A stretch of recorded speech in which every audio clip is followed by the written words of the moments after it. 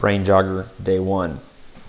Throughout United States history, have all races been treated fairly by our government? Give examples.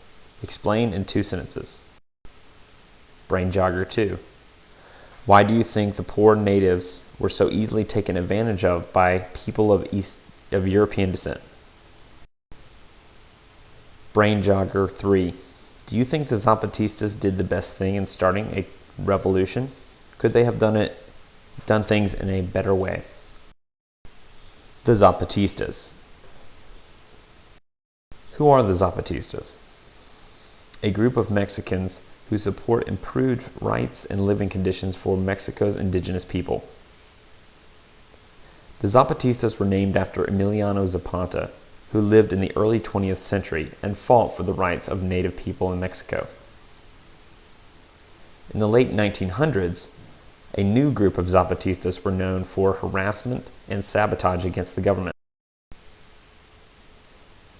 The modern-day Zapatistas are located in the Mexican state of Chiapas, labeled as number 32 on this map. Emiliano Zapata.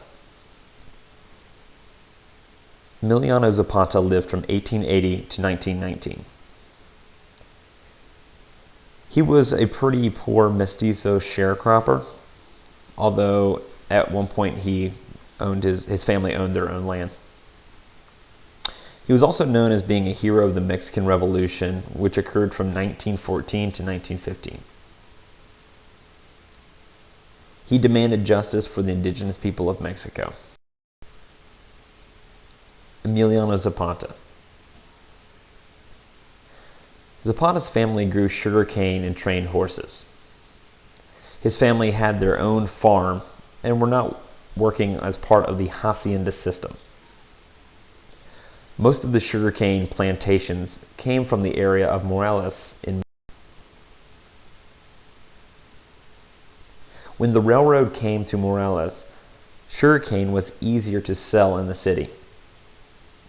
The haciendas started taking land away from the average farmer to become richer off the sugarcane sales. Independent farmers led by Zapata resisted this. Here's a picture of what a typical Mexican hacienda would look like. The independent farmers, led by Zapata, hired lawyers to stop the hacienda owners from taking their land. This picture would be a typical example of how a hacienda would run. Most of them would farm the sugarcane, which is pictured.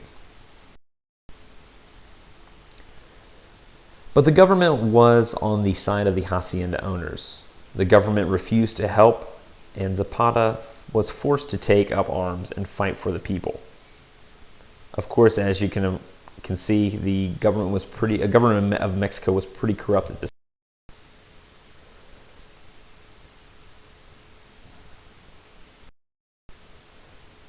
So who are they? Well, they're broken up into 2 groups.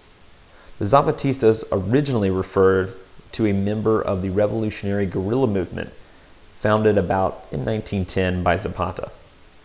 His Liberation Army of the South fought during the Mexican Revolution for the redistribution of agricultural land. He was fighting for the rights of the small landowners and small farmers versus the large landowners or the hacienda owners. And yes, women were also known to fight with the Zapatistas. Zapata and his army and allies, including Pancho Villa, fought for land reform in Mexico. They wanted to establish communal land rights for Mexico's indigenous population, which had mostly lost much of its land to the wealthy people of European descent. So they wanted to have a common land that they could farm on. Zapata was pretty successful, and the government didn't like this. So Zapata, believing he was going to going to a meeting and or dinner to be honored, walked into a trap, and he was shot and killed by the order of the Mexican. Poems like this one were passed along, and Zapata became a martyr for the cause.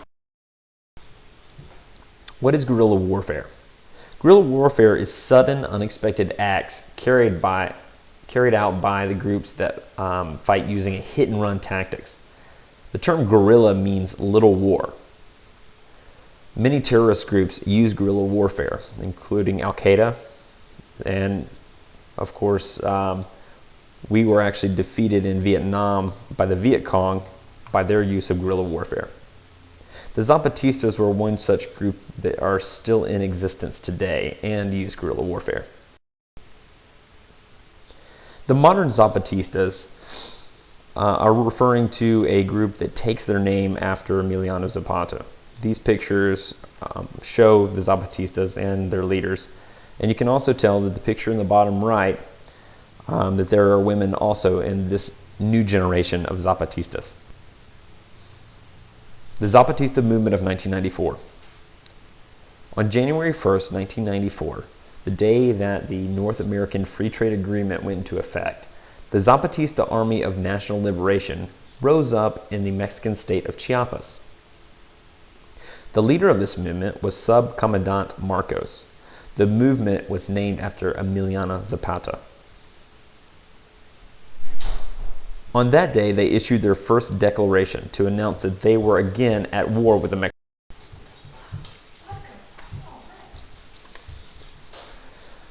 This map shows where Chiapas is as a Mexican state. Chiapas. Most of the uprising of the Zapatistas focused on the Mexican state of Chiapas. Chiapas is a very resource-rich state in southern Mexico and produces over half of Mexico's hydroelectric power. Chiapas is the second largest petroleum-producing state in Mexico. They are also the #1 largest coffee exporting state. So really, people are asking, what's the big deal? The citizens of the state should be provided for equally. Problem. Chiapas also has the worst rates of poverty in Mexico. 3/4 of its people are malnourished and do not have enough vitamins, minerals, nutrition in order to continue living. And half live in dwellings with dirt floors. 19% of the population has absolutely no income, and 39% of the population earns less than their minimum wage of only $3 a day, so less than that amount. Chiapas is a huge contributor to the global economy in terms of water, oil, coffee, but its people get very little in return. There is a huge division between the rich and the poor, and many of the resources go to more northern states. NAFTA and the Zapatistas. In 1994, North American Free Trade Agreement, or NAFTA, came into effect and allowed free trade between the United States, Canada, and Mexico. This means that all trade barriers, like embargoes, tariffs, or quotas, were eliminated. Some people in Mexico did not like this plan, including the Zapatistas. The Zapatistas and other people thought that NAFTA would allow cheap farm goods to come into Mexico from the United States. They also thought that NAFTA benefited the wealthy and hurt the poor Native American farmers by lowering the prices of crops like coffee and corn. Farmers in Mexico would not be able to compete with the cheaper food. NAFTA and the Zapatistas. On the day that NAFTA took effect, the Zapatistas took over 7 towns in their part of Mexico, Chiapas. The Mexican army was then sent to remove the Zapatistas. Fighting lasted for several weeks, and finally a ceasefire eventually ended the fighting. However, the Zapatistas did not go. Here's a picture of January 1st, 1994, and the armed takeover of Chiapas. Zapatistas' concern. Agreements between the Zapatistas and the government have not solved the people's problems. They continue to have horrible problems in healthcare, housing, education, and lack of jobs. Latest developments. 7 years after the first revolt, On March 11, 2001, the Zapatistas marched to Mexico City and addressed Congress. They encouraged the passage of an indigenous rights bill. Unfortunately, the bill was unsuccessful due to Congress's radically changing it and denying indigenous people certain rights. On January 2003, the Zapatistas rose up again armed with machetes, and they were rebelling against free trade policies like NAFTA, ecotourism, foreign investment, that means other countries investing in Mexico, and the plans for war with Iraq that were coming up at that time. They have aggressively detained several foreigners in an effort to deter foreign investment. That means they would take people hostage from other countries.